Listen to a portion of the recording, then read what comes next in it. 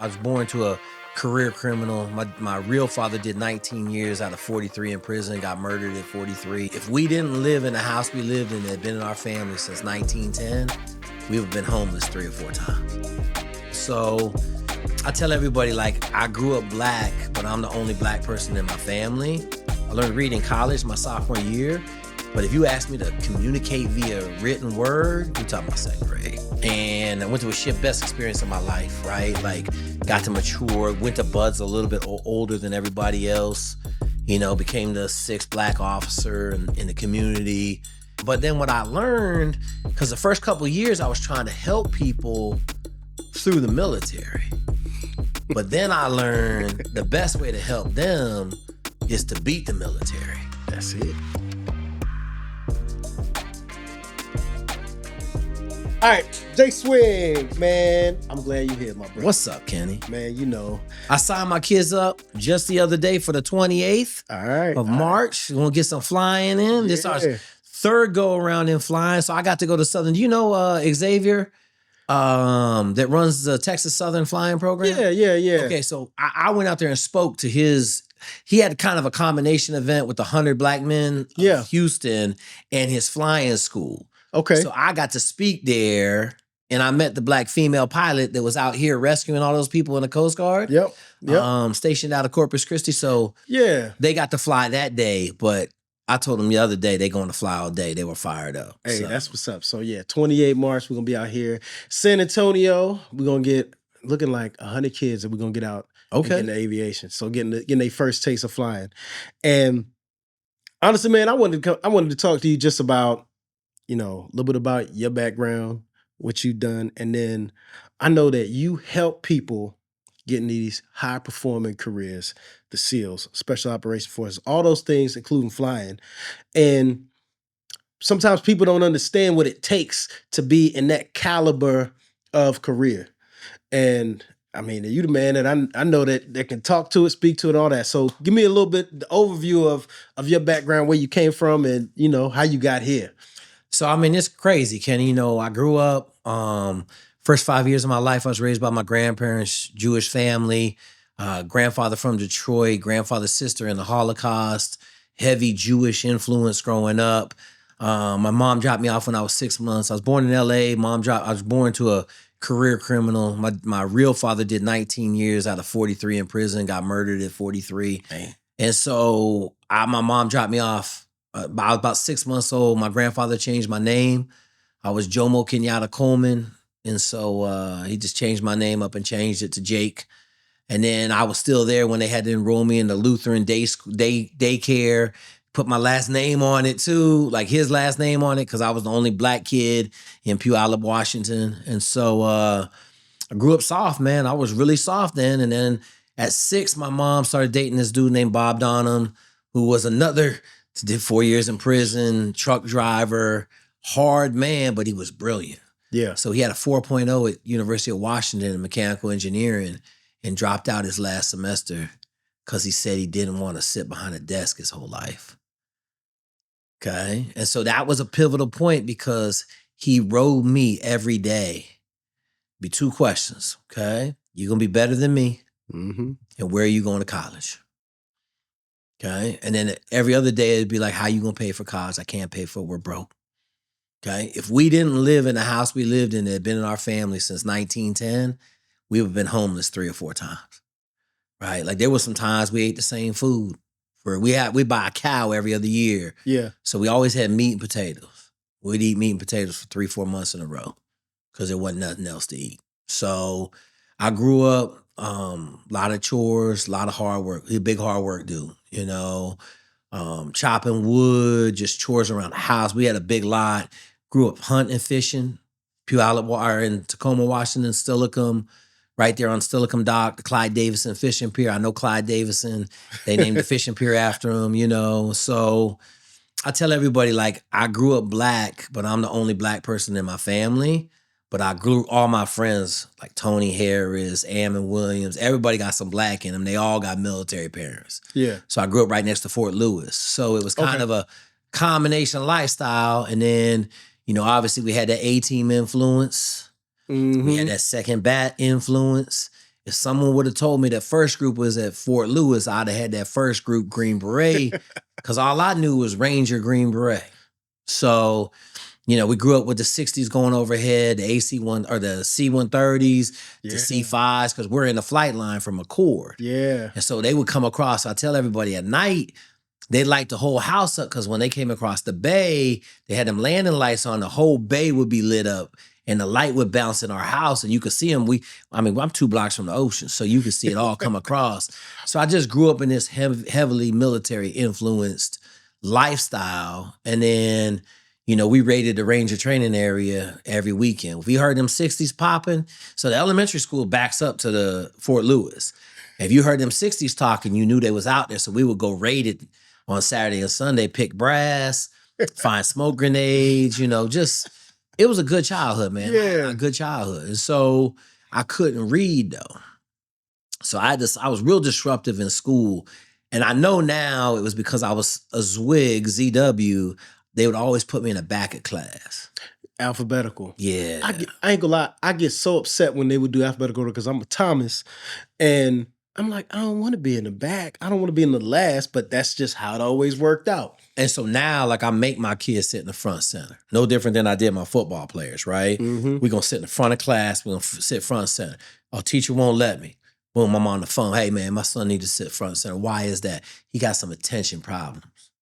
Right. I don't care what the reason is. He going to sit in the front center, right? And so it's interesting. I didn't learn that until college, right? I learned that if I sat in the front row in the center, I could pay attention. I could focus in. So anyway, I couldn't read. I had to get rolled back in the 3rd grade, but I went to a reading specialist. So Bill Miller, bless your heart, he took me every day for 8 hours, man. Flashcards. I still got the box of flashcards at my house. Flashcards, man. And I remember, now I look at that box, I'm like, ooh. I was in 3rd grade, couldn't read nothing. So he got me through the 3rd grade, but that's really my reading level. I'll tell everybody it's 2nd grade. I can read really well now. I learned to read in college my sophomore year. But if you ask me to communicate via written word, we're talking about 2nd grade. That's why I communicate on 2nd grade level.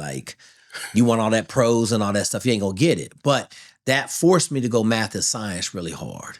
So I was a science kid of the year all 3 years in middle school.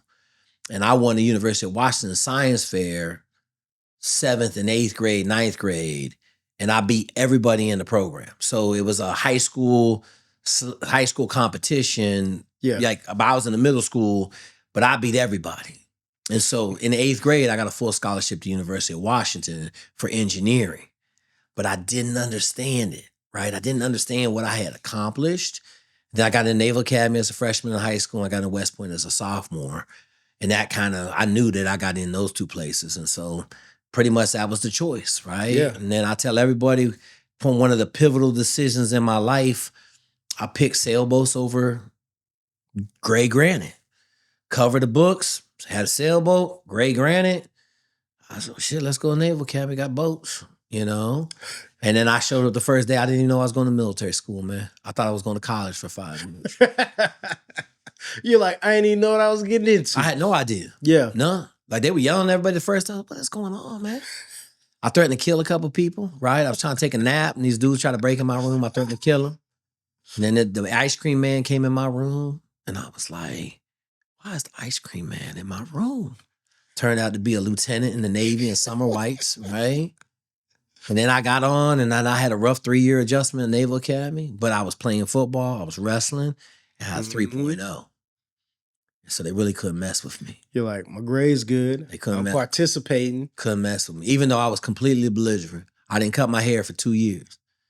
So I didn't cut my hair from Thanksgiving of freshman year until the end of sophomore year. Almost 2 years. And I was on one, man. Because I was not happy to be there. I thought I didn't value the education. Really, really what I didn't value the experiences that I could have picked up. Yeah, I feel you. And that's where I make sure that all my kids get there and they understand what they're supposed to do. So I'm going to tell you this one. This is banging, Kenny. I'm getting ready. I got to shoot a podcast with my boy Philippe up at MAPS. Yeah. And my boy Brian at NAPS. Okay. brigade commander at MAPS, Philippe, company commander at NAPS. All right, so what's NAPS and what's MAPS? Okay, so Military Academy Prep School, which is the feeder for West Point. Right. And then NAPS, Naval Academy Prep School. So I got 2 individuals at both of those schools, and both of them dudes, bang, they got massive leadership roles. There you go. Philippe is a immigrant from Poland, and Brian is a 6'5", 280-pound defensive end, and they killed it. Now, here's the thing that pissed me off. We hooked my man Brian up with everybody, including Philippe, to get ready for the interviews, and they gave him company commander and not battalion commander. But here's the good part. Now he fired up to go to the Naval Academy. All right. Right here in this summer, he said, I'm going to get the brigade commander job. Okay?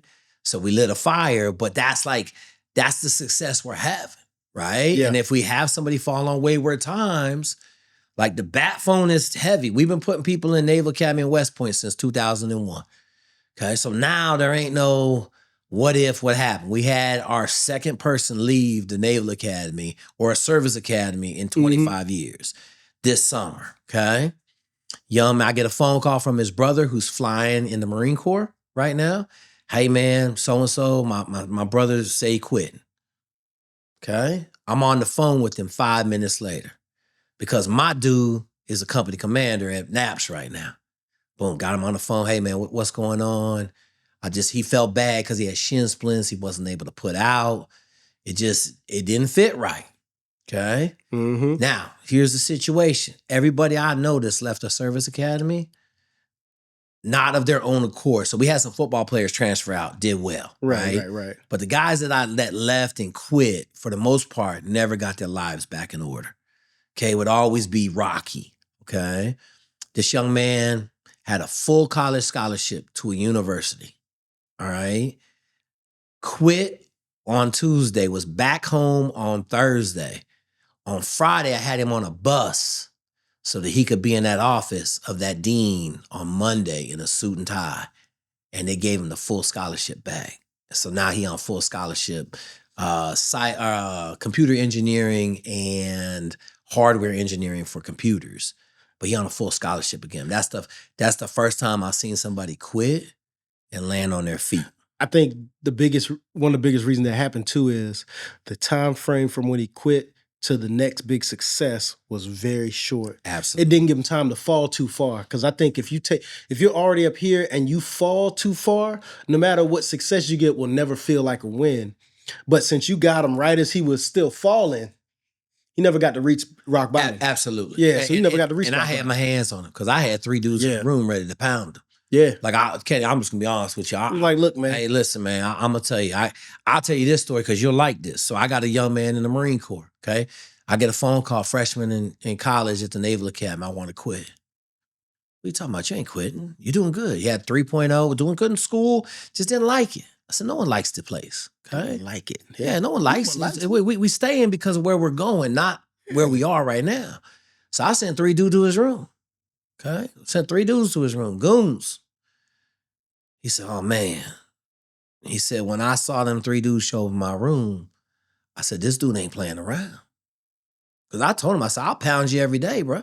I'll send some ninjas in your room every day to beat your ass. Right? Now, I need you this to is know. non-standard Naval Academy practices, but it's very effective. So he called me back. He said he was crying. Called me in on one of my Wednesday night Zooms that I have on Discord and said, hey, man, I just want to thank you from the bottom of my heart. He said, I'm going Marine Corps Aviation, and it's 100% because of you. And I said, hey, man, listen. I said, this is the deal. It ain't because of me. I just know what it takes to get you to where you want to go. Yeah. So you willing to pay the price, I'll get you there. But see, a lot of cats, they falter in the doorway and they get shot, right? They get to the precipice of success and they're not willing to take that next step. And so I tell everybody, like, it's either a bat, a goon, or a pistol, and I'm going to put you across the line, right? Like, I'm going to make sure you take that step. And that's part of, like, the mentorship that we have now. That's why we growing so bad. So you asked me where I came from. Like, I went to the Naval Academy, and I was probably the worst midshipman in the history of the Naval Academy. I was on restriction 275 days. Almost a whole year I was on restriction. I had the ability. So we got marching tours. I don't know if you're familiar with marching tours. I know what that is. Okay, they had the marching tours at the Naval Academy, and I would get 30 marching tours on a Friday. I would be done by Saturday afternoon, going on Liberty, laughing at everybody. Because you could march 5 tours in 3 hours and 45 minutes. I'll march all the way through the night. I just keep marching. I just bang them out. I have 30 done by Saturday evening, Saturday, maybe Sunday morning. But I'd be going on Liberty and all my upper class would be pissed at me. But you're not going to control me with hard work, right? You're like, I just keep working hard. Ain't no. But I was a bad midshipman. And I don't have any bad midshipmen. Like I got cadets at Air Force Academy right now, West Point. We don't have no bad ones, right? I won't allow a bad one. I got an idiot up at West Point who's a genius. He got popped on some dumb stuff. I sent some goons to his room, including an 06. I said, you do this again, man, I'm going to take you out in the woods out here. You're going to have a problem, right? He said, I don't want none of them problems. Okay, then. Like, stop doing dumb shit, right? You know that kid got problems and got in trouble. Then you don't walk with that kid no more. Yeah. You know, because I know how much it hurt me long term just to be myself at the Naval Academy, right? Like I wasn't beating nobody. I was just losing long term. It made me go to a ship. So I went to a ship for 2 years because they wouldn't give me a SEAL billing, even though I crushed the screener. And I went to a ship, best experience of my life, right? Like got to mature, went to buds a little bit older than everybody else. Became the 6th black officer in the community. And then first 2.5 years were on fire. I was murdering the community. And then I got a bad officer, right? I got bad leadership. I got punished because a dude on the West Coast filed this big racial grievance. And they punished me because they said I was involved in it because I was on every page of it because the kid was in my buds class. Yeah. But I wasn't involved in it at all, right? And so they punished me, gave me this bad leader. And I didn't have mentorship. And that's why I focus so much on doing what I do now. Because if I had mentorship, Kenny, you in the military, if I told you, Kenny, you are the only pilot in the United States Air Force for 11 years right now, you would say, oh my God, I can do anything I want. I'm going to make 06. Correct? I do my best. I'll be out here I can do anything I want. I could pick my job. I could crash my plane, and I'm still gonna. And they gotta still promote. I'm gonna make 06, right? I didn't understand it. You didn't grasp the gravity of because I didn't have anybody to tell me, right? Tell you, hey, get out here and win because it's yours. Dog, like if they would have told me that, because I got a bad fit rep, right? I got fired as an AOIC by the shitty dude. I lit the candle, blew the casket up. Right? I'm lit fire to everybody. Filed a big grievance because I had been dealing with a ton of stuff, right? I just kept it quiet. So not no more. Blew everybody up, but all it did was really piss everybody off and make everybody mad at me. It didn't help you the way that you may have thought it would have helped you. I thought I was going to help the people behind me. It didn't help them at all. Maybe a little bit. Personally, with a couple people, like another black officer showed up in 03 to SEAL Team 8, and a person I respect greatly told him that, I'm going to look out for you because we fucked the last black officer that was here bad. And he was a rock star. And so I'm going to make sure that we don't go down that same path with you, right? And so it's just interesting. But then what I learned, because the first couple of years I was trying to help people through the military. But then I learned the best way to help them is to beat the military. That's it. Right? Like, so there's 2 black officers between 99 and 2010 when I made my first one. Right. All right. And so one of them is at Dev Group. He's an All-American or a national championship wrestler. Great dude. Yeah. Phenomenal. Had a great career. And then there's another dude in there who came in. But after that, then we've been cooking with grease. We're not cooking with grease because the quality changed or the person changed. They just have mentorship. Yes. So now we got so many, it's crazy. Because you don't have to be, now trying to do it on your own, you almost have to be perfect already. Yep. With mentorship, you have to be really good. But with mentorship, you're now as good, if not better, as far as the result as that person is perfect. I like to tell this story. This is one of my best, for the military cats to understand how mentorship helps you win long-term in the military, All right. okay? I got this young savage from the Naval Academy, and I mean savage, okay? 4-time national champion boxer, just a gorilla monster, okay? Yeah. He goes SEAL team intelligence officer, murdering it, okay? Got a combat deployment, comes back from the combat deployment, calls me on a Friday afternoon, mad as hell. So it was a big award ceremony. He didn't get no hardware. He said, I'm gonna file, I'm losing my mind, Jake. I got shot at, I was in the stack. Pump your brakes, homeboy. I said, they testing you. They're testing you, bro. I said, don't worry about it. You're all right. Just let it go. Let it roll. I said, it's a test. I said, you're failing the test right now. He said, what do you mean? I said, they tested you. They want to see if you can open your mouth. I said, if you open your mouth, they're not going to give you nothing. He said, really? I said, yeah, that's how this works, bro. They're not going to award the ensign intel officer a bunch of awards. You know you earned them, but they're not just going to give them to you when they give everybody else their awards. And you black and you Muslim in a SEAL community? Nah, bro, they ain't doing that.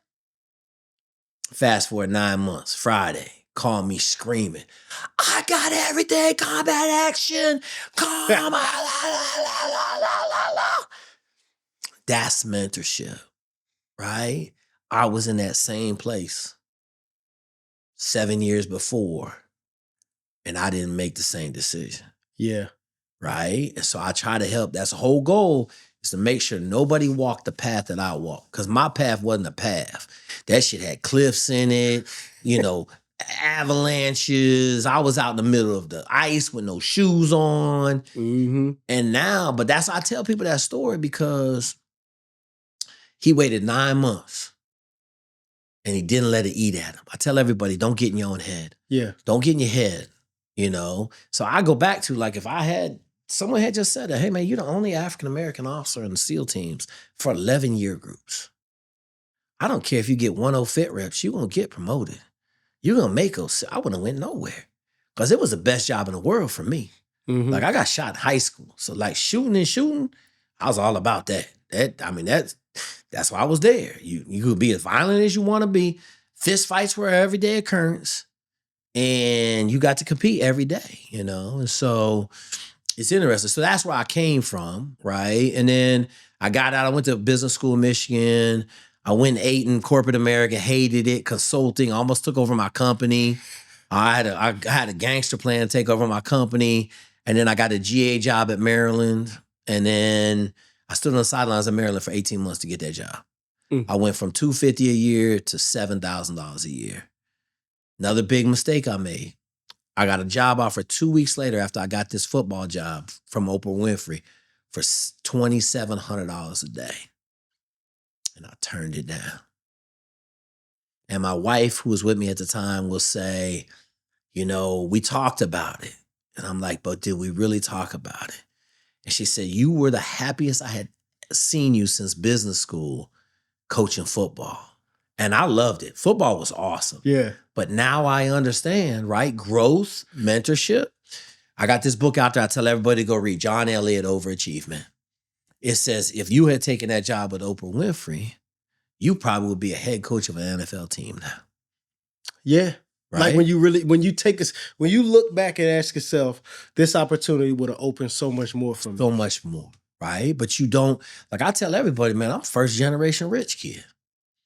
Okay? I almost lost, almost $500,000 in taxes a couple years ago. Right? Running a big business, killing it. I was crying. My wife was trying to console me, saying, hey, it's our first time having to pay a $500,000 tax bill. I said, I don't give a shit. I'm responsible, right? I'm the person that's supposed to understand this game. And I'm not writing a check for $500. I already wrote the check. It was already at the IRS. Right. And so she's like, what are you going to do? I said, I'm going to fire the accountant. I'm going to go find another one. And so I did. And then I got a big chunk of money back, a massive chunk of money back, right? But like, that's problems. How you going to do it? You better have some good mentorship, right? I called 3 or 4 people. I said, hey, man, here's the problem. They're like, what do you mean he wouldn't let you do this? My dude was like, fire that dude immediately, right? So even at 52, we still coming up at stuff, right? So my dude I told you about, we talk about we at the top of the pyramid. We leading each other at this point, right? Even though we got some guys that are kind of bigger than us, they not like us. They're not willing to take the risk we're willing to take. So I'm trying to buy a company right now, right? Like I want to buy an electrical company. But now I'm kind of like, man, I had the opportunity to buy 11 liquor stores in town. I don't drink. That was 6 months ago. My opinion has changed. Am I okay making $500,000 a year with 11 liquor stores, right? Like, maybe so. So now as you mature and you grow, like your opinions change. What you can do changes. So that's the whole mentorship thing. And now I'm making leaders initially. Whereas before I used to mentor for the first 3 or 4 years, now you're getting turned over. So like I told you, young lady's going to West Point. Right. She got a lot of smoothing off to do. We gotta polish the rock a little bit, okay? I got her in contact with Philippe up at West Point, right? Yep. He's at MAPS. He'll be in her class. She got 2 other dudes in her class. I got 3 sophomores, like 5 juniors, and I got a senior Asian female up at West Point, and she's Asian. Yeah. I'm hooked the 2 of them up. I got her hooked up with my female at the Naval Academy to talk about relationships and men, right? So now what I'm really doing is teaching all them other people leadership. Right? It's not that I'm not mentoring anymore. I'm just forcing leadership down. So now we're learning leadership as a freshman. Yes. We're learning leadership, right? Like, hey, if I call you and I say, hey, man, I need you to go over to this room and take care of her. They're going to go over there. What's the problem? Right? So I just had this happen. So I'm going to say this. Poor people, okay, not race, gender, people without means, right, tend to be really closed off to getting help. Yes. And I don't understand why. Because I'll tell you exactly why. Because poor people don't want people to know they're poor. Black people don't want the people to know the problems because they can use against them on the slave plantation. Okay? Hispanics are very proud people, right? They don't want nobody to know their problems. Okay? Most of the Hispanic people come from poor backgrounds for the most part, right? You talk about all the Caribbeans. None of the Caribbeans got no money for the most part. Okay. So you look at that demographic and then nobody wants to ask for help. And so I tell everybody that's probably one of your biggest barriers when you're mentoring socioeconomically disadvantaged young people. It's getting them to understand that they got to raise their hand and ask for help when they need help. So obviously, I make a ton of pilots. Like we got 14 people in the Navy aviation pipeline right now. Right. 2 people in the Air Force pipeline. We got 7 SIF pilots, right? Well, not SIF, but 7 people in the Air Force are in the Army pipeline. We got 2 commissioned officers and we got 5 warrants. Yeah. Including a 19-year-old who already got 100 hours on a helicopter. Savage. Savage. Okay. Crazy. Yeah. So I get a call, let's say Friday evening. Yeah. From one of my guys. Hey, what's going on, man? How you doing? He said, oh, man. He said, Jake, I think I'm going to get kicked out of flight school. So, you taking tests right now? He said, yeah, I'm not doing very well. I don't think this is for me. I said, well, let me break this down to you. I said, in 25 years, we haven't lost a single pilot. We have not had a young man or woman start flight school and not graduate. I said, so you ask yourself, do you think you're going to be the first kid to not graduate out of like 400 pilots? He was like, I just don't think it's for me. I said, well, you know my approach. Do you want some people to show up? Because I sent some people to his room at the Naval Academy sophomore year. He didn't want to do his schoolwork. Okay. He said, no, I would prefer another method. I said, okay. Have you called Che? No, I haven't called Che, Jake. Why haven't you called him? Well, I'm embarrassed. Come on, man. I said, okay. I said, let me ask you this. What is worse? Getting kicked out of the flight program or dealing with a little bit of embarrassment? Right? He said, I know the answer. It's just hard for me to do. Okay. I said, okay. Hard for you to do. I said, but you got to be able to do hard things if you want to get anywhere in life. And he was kind of like, all right, cool. So I said, all right, you do what you got to do. Hung the phone up, called him back. 30 minutes later, hey, have you called Che yet? No, I haven't called him yet, Jake. I'm going to call him here in a minute. Okay, I had 3 guys coming to visit you right now in your apartment. Because you ain't listening. Yeah, they're coming to see you. So, let me call you back. Okay, get off the phone. He called me back. Hey, I talked to Che. I'm meeting him in the library tomorrow morning. So I called Che. Che said, Jake, I got him. Che is a genius. I'm not talking about like random genius. I'm talking about real genius. Heavyweight brain power. Okay? Spends all day in the library with him Saturday, all day in the library with him Sunday. Calls me Sunday night. He's good to go, Jake. You got him fixed? Oh, yeah, we're good. My man doesn't miss a point on another test for the rest of flight school. He flying helicopters right now. He getting ready to go. He's going to Osprey, so he's flying helicopters right now. He ain't missed a point. He went from failing the first 2 academic tests in flight school to now not missing a point. Just because of mentorship, right? Just because somebody took the time to spend 2 12-hour days with him, 24 hours, and make sure that individual knew exactly what he should know going forward. And I think too, it's also when you're a mentor, you gotta be kind of forceful in your mentorship, especially if you care about the person and they already accepted that they're gonna take your mentorship and however it comes. Because I'm like, if someone ain't gonna accept what I'm gonna give them, I can't mentor them. Mm-hmm. I need you to be able to take what I'm gonna give you, or I can't deal with you if you can be like, I don't wanna do that. I need you to do what I'm gonna tell you we're gonna do, or I don't need to. So relationship ain't gonna work. So Kenny, I got 2 rules. Okay. I'm not ever gonna tell you no bullshit. And you're always gonna do what I tell you to do. Okay. Now there's some times when they get a little bit older, it ain't as clear cut. Right? You got a this or that. You got to make the choice. You're a grown man at this point. Right. But early on, I need you to just follow what I'm telling you. I'm going to tell you, I'm not going to give you no BS. I guarantee you, I'm never going to tell you to do anything that's not incredibly important to your path. I said, but you're always going to do what I tell you to do. Right? If you don't like those rules, then this ain't the program for you. So a lot of people beat me up on the internet, right? Because they say, listen, Jake, like you too hard on these kids. And I said, no. I said, you got to understand what life looked like. They trying to be pilots, special Navy SEALs, Green Berets, Army Rangers. They want to do things that's up here. How are you going to tell me I'm too hard on them? They want to do this level of stuff. Now, if you just want to do this level of stuff, I'm not your mentor. So, Kenny, you love this one. I know you hear, I want to go fly fighter jets. Okay, cool. You willing to put in the 400 hours of flight time you need to go before you go to flight school? No, I'm gonna get fighter jets. Okay, so listen, let me help you out there, young man. You're gonna have 3 dudes in your class that are commercial airline pilots with 1,500 to 2,500 airtime.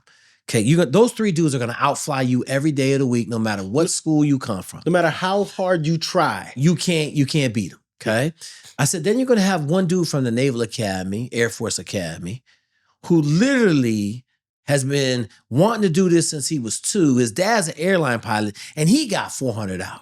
Then you're going to have somebody who was a backseater on a fighter already. Who switched over to becoming a pilot. Who's now they're like, cool, let's go. And so you want the prize, but you're not willing to do the work.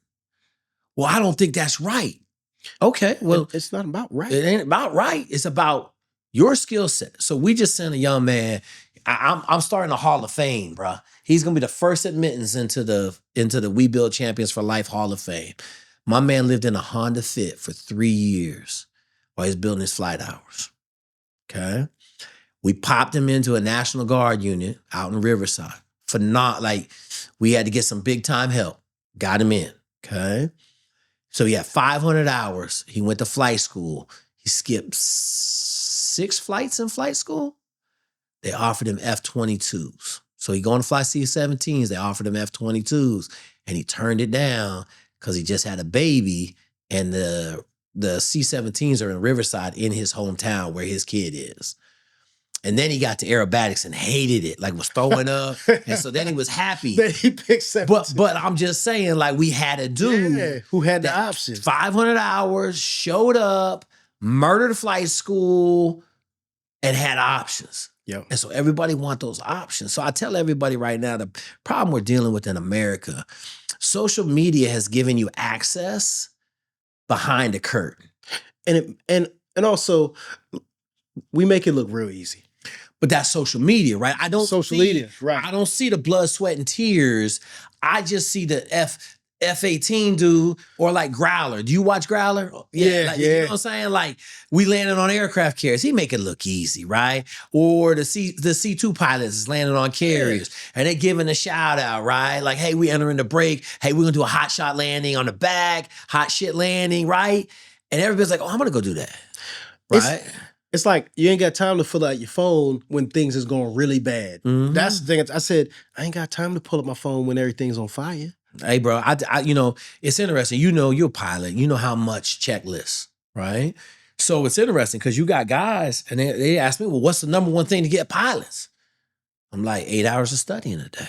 What? They're like, what do you mean? What about flying? I said, no. I said, it ain't about flying.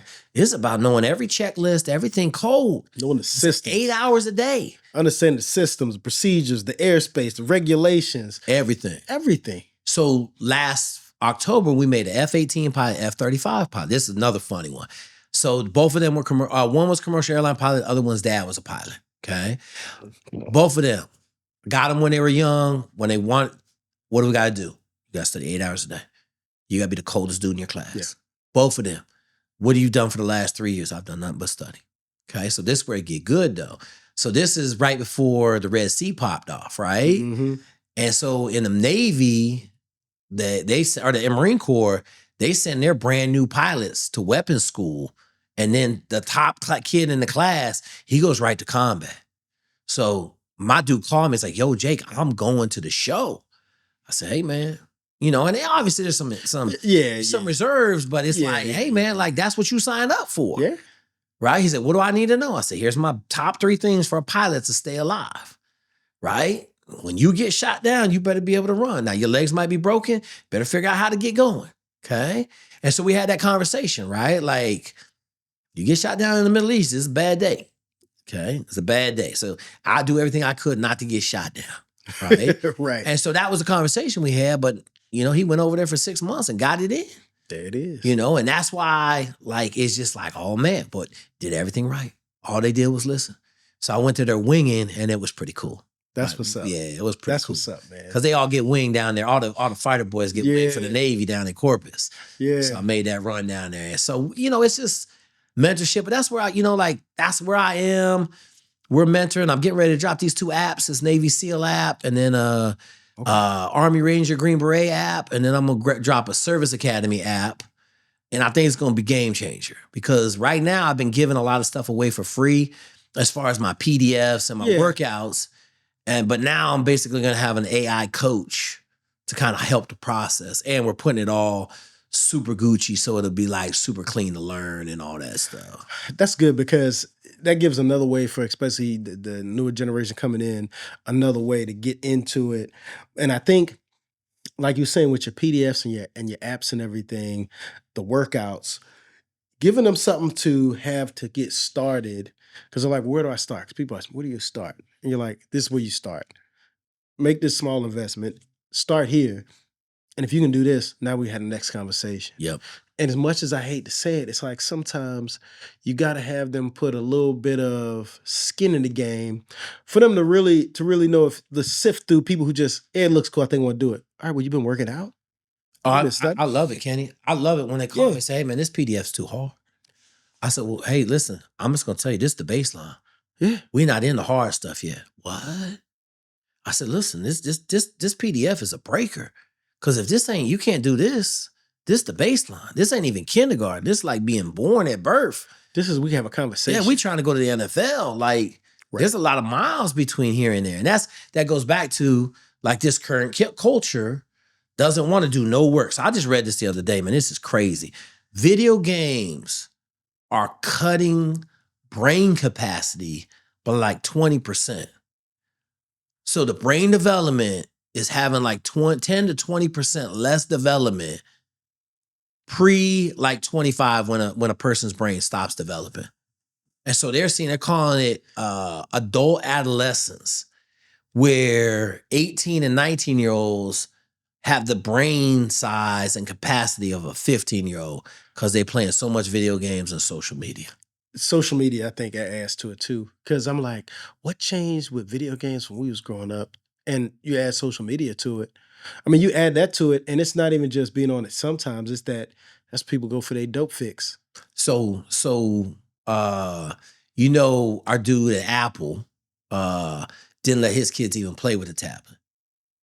They didn't even get to play with tablets. And so it's interesting because I've been cutting back in my house, right? We're down to like an hour on the weekends and nothing during the week. And I just read that, and my wife is like, yo, I feel like you're a responsible Fortnite player.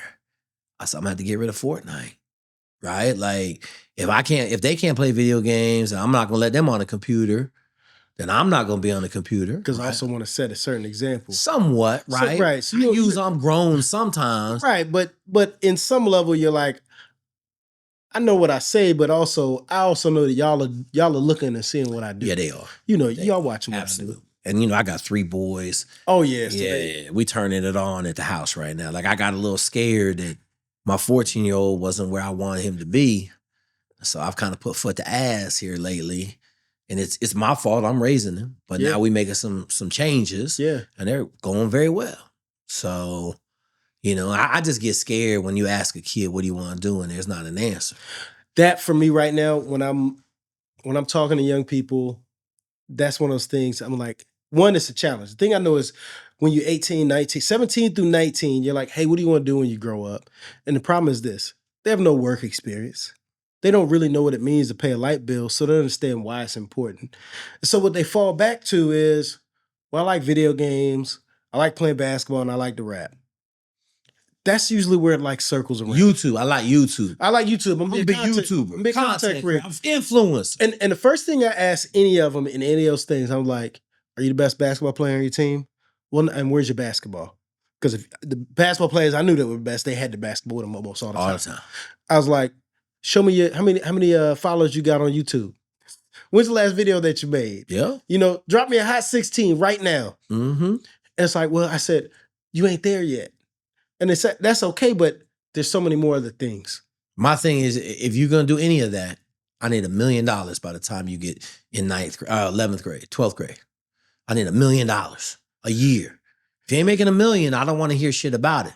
Because you ain't it. No, you ain't doing it. Right? Like you saying something to appease my ass. Right. What do you want to do? But like I say like this, Kenny, when I was that age, I want to go fly fighter jets, right? I want to be F-14. I want to be Maverick. I wanted to, like that. I watch that movie every day.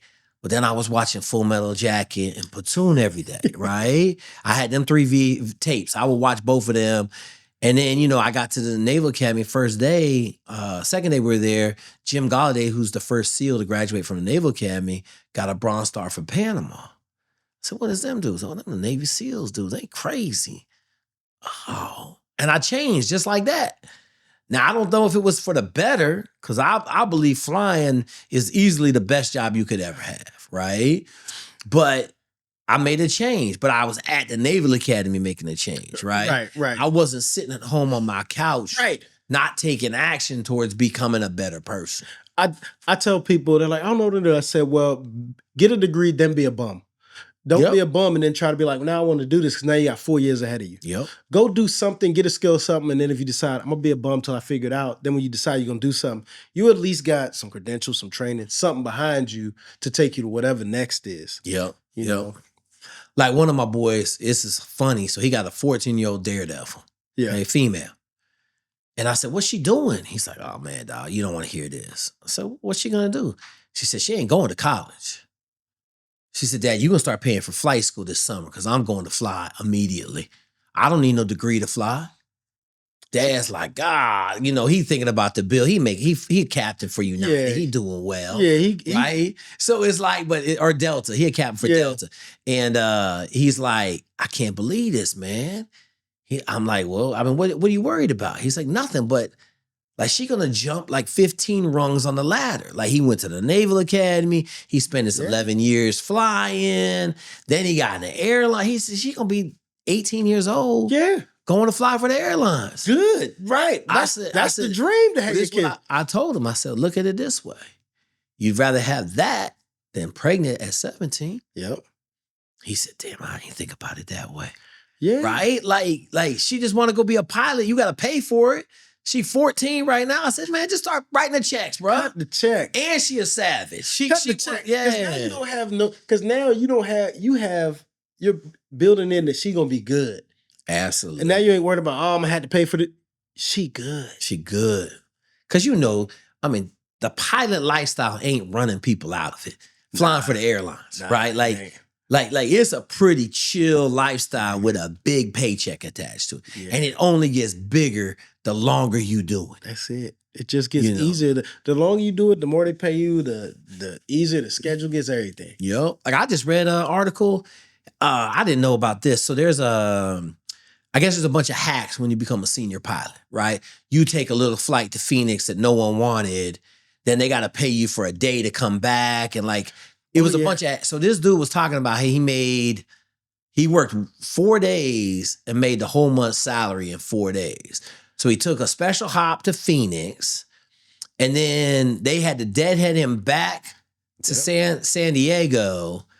And then something happened in San Diego. He took another deadhead out to Frisco and came back, and he got credit for his whole, they basically credited him up for the whole month. There's so many things when it comes to like premium pay where you get paid extra for picking up trips that people don't want if you're available. If something cancels and you can still pick up a trip on top of that. There's so many things you could do as you're just there longer and have availability. And there's people that choose, I'm going to make more money. And there's people who choose, I'm going to just have more time off and get my whole check. Like it's like choose your own adventure. Yeah. And it ain't a bad life, man. My one of my football players from Naval Academy flies for Southwest. And so we were recruiting his son up at Illinois. His son's at Oklahoma, graduated from Oklahoma last year. So we recruited in Illinois. And I said, how do you do it? He said, oh man, I work all June and July. And then I take off August, September, October. He said, I'm going to fly a little bit in November. And then I'm good until December, end of the season for football. And then I go back to flying full time, pick up the rest of my hours, those 7 months. He said, that way I can go to practice. I can come to every game. Yeah. And it's like, it's always to do it. It's a dream. Man. So, man, that's a lot, man. We've been out here. I got a couple questions, right? So one, how do people find you? It's easy to find, Kenny. My name is Jake Zweig, Zweig. If you put it into Google, everything gonna come up. I tell everybody we got Wednesday night Discord/Zoom on Discord. It's also streamed on YouTube. We've got Friday night preppers course. So I'm doing a 10-week preppers course because I had a bunch of people ask me about prepping, and I grew up in the preppers lifestyle. My dad was a big survivalist.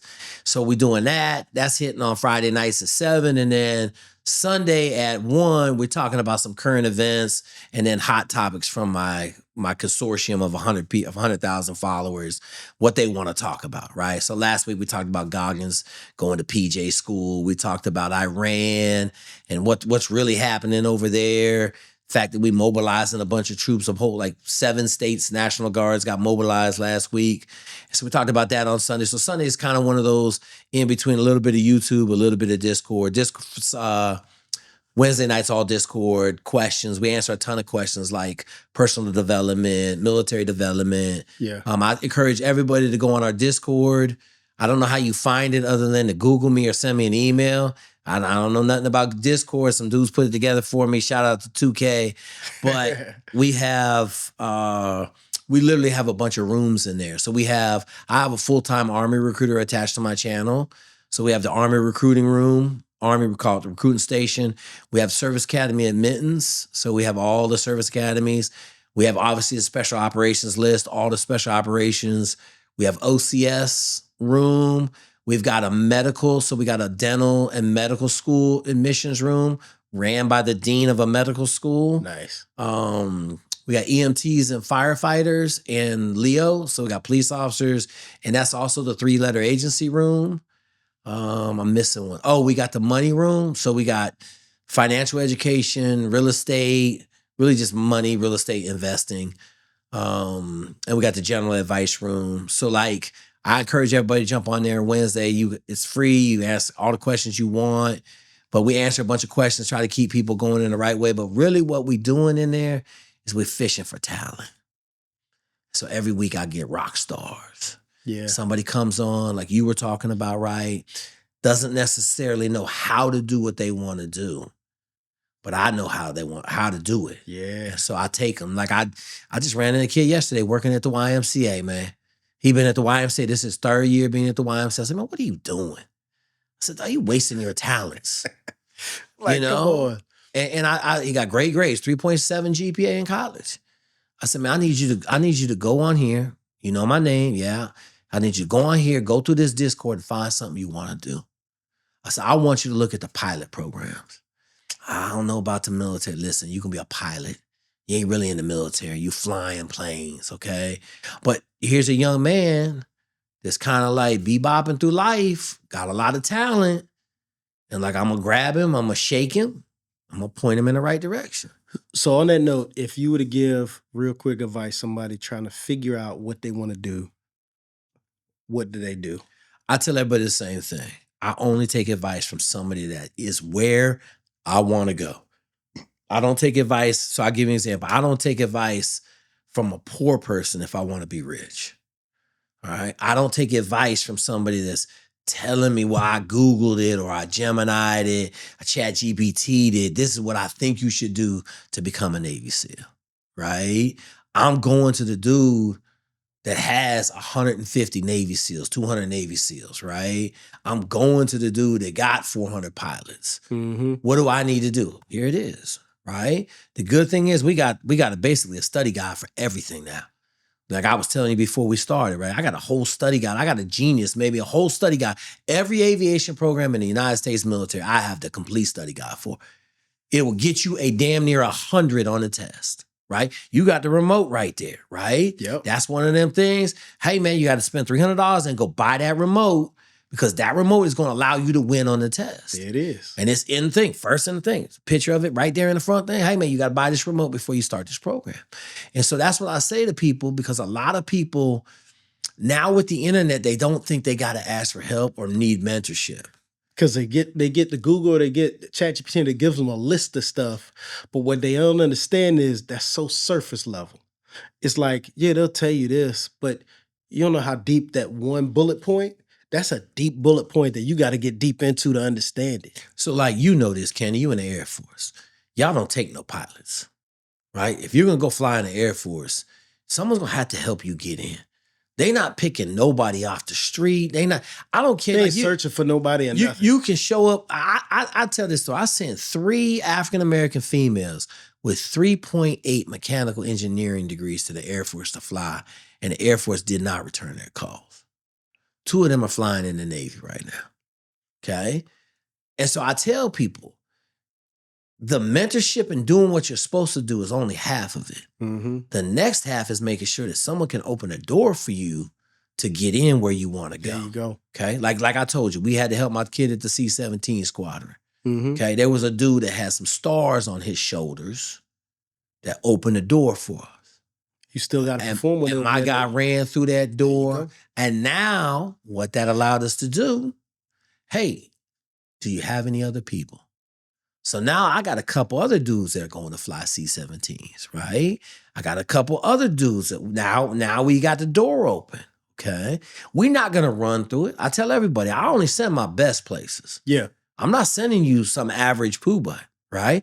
Like Naval Academy, we ain't lost nobody in Naval Academy. We lost one kid. Yep. We had another kid quit in 05, right? But like he had a 3.5 GPA and decided he wanted to go hang sheetrock for the rest of his life.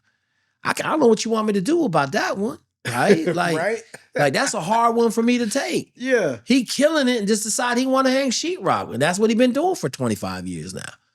You know? So you asked me about how to get a hold of me and all that stuff. Understand the mentorship. Like it's all about finding somebody that's been where you are, want to go. And then somebody that knows the path. Everybody asks me, how you mentoring all these people in medical school?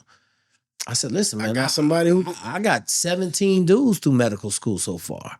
Well, how you doing that? I said, because I put them in contact with my doctors. And you know, and that's like with Legacy Flight Academy, we do the same thing where it's like, we have all these people that we mentor and people call me. And the first thing I do is call this person. Yep. Pick up the phone. Hey, call this person. Because this person, I may know a lot generically about a lot of things, but because I know that, I know the person that works at that school that you're trying to go to. I know the person that's going that exact path you're going to, and I'll connect you with that. Because I don't have all the answers, but I know how to get you there, and I know what doors need to be open and who you need to talk to. And the other big piece of it, and I tell people this in the military, there's a hierarchy. So I tell people, I said, what you do when you come into our crew, you got protection at every level. Okay. So we had a kid down in Army flight school stumbling a little bit. I hit the bat phone. Got the 81-year-old dude. I think I called you, right? And then we got 81-year-old dude who's like, I got it, Jake. I got it taken care of. Boom. Next thing I know, I'm on the phone with a light colonel. What you need? Here's the deal. He said, I'll be up there tomorrow. Showed up the next day. Everybody was like, oh, okay. Young man got tightened up. All of a sudden, everything smoothed out. So that's the other aspect of things in the military. You better have some top cover. So in the military, I tell everybody, when my guys get out, I need a 5-year mentor. So a senior 03, I need a 10-year mentor, a senior 04, and I need an 06. Preferably one that's going to make general. Because those guys, when I call about Kenny Thomas to the CEO of the command and say, hey, how's my boy Kenny Thomas doing for you? Oh, that's your guy? Yeah, that's my guy. He's doing okay. What can I tell him to do better? Bill, you know what? Let me get back to you in a couple of weeks. Next thing you know, Kenny Thomas has got some people giving him some attention. And all of a sudden, what was bad is now good. And you put it a really good way too, right? You didn't you said, how can he do better? Because at the end of the day, when you make that call, you're like, I'm trying to make sure that he works good for you so that y'all look good too. 100%. Instead of how people think you call and you're like trying to talk down to people, what you're doing is, I'm trying to make sure that how can I help improve his performance so that you have the product that you want from him? Absolutely, right? Because I tell everybody, right? If someone would have got a hold of me in the SEAL teams, I was not handling a bad leadership situation very well. Yeah. Okay. And if they had pulled me in and said, hey man, here's how you messing this up, then I have to fix the problem. Yep. Right? Now, if I'm still getting fired and everything else, then it is what it is, right? But at the end of the day, my dude that was killing me got thrown out of the SEAL teams and got his trident taken. So they wouldn't have looked at me like the bad guy at all. They'd have been like, oh shit, Jake good. We known him for 3 years. He killing it. It was Keith Burney had the problem. Right. Right? But without having that, you don't have, as much as people don't want to understand, like the politics of it is, people need to know that you're there for the team and that you got somebody that's watching your back. And you're not there by yourself. Right. You're not there by yourself, right? I think about that like when it comes to my kids, I need to go to school so the people know somebody is watching these kids closely. So you ain't going to do the same things you do to everybody else because I got eyes on them. So I had a kid get in trouble. December. Yeah. The phone rang. I answered it. The lady was like, as soon as she picked up, she said, oh, this is vice principal. I said, someone in trouble. So put the phone on speaker. My wife, we work in the same office. She says, so she telling us the story. She about 3 sentences in the story. I said, I'll be there in 4 minutes. Boom. Pull up on the school 4 minutes later. I'm sitting in the office. I said, all right, we have a little conversation. She said, we got this in-school suspension deal. In-school suspension? What is that? Well, he'll sit in a room by himself, do all his homework. He won't go to class that day. I said, no, I want him suspended. What? Vice principal looked at me. She said, what? I never had a parent ask for this. I said, that's fine. Go talk to the principal. I got a good relationship with her. Go, let me know what I got to do. He coming home with me. Yeah, because if he about to get it. Right, if he messing up, he ain't dealing with this easy way. Yeah. So long story short, though, it was interesting. So I got him, right? We took him home. He had some physical labor to do, a lot of it. And I went back to school 2 days later. So he was out of school for 1 day. Went back to school 2 days later, and I talked to the vice principal. She said, I've never had anybody come up here and care that much about their kid. And I said, I'm raising 3 different kids.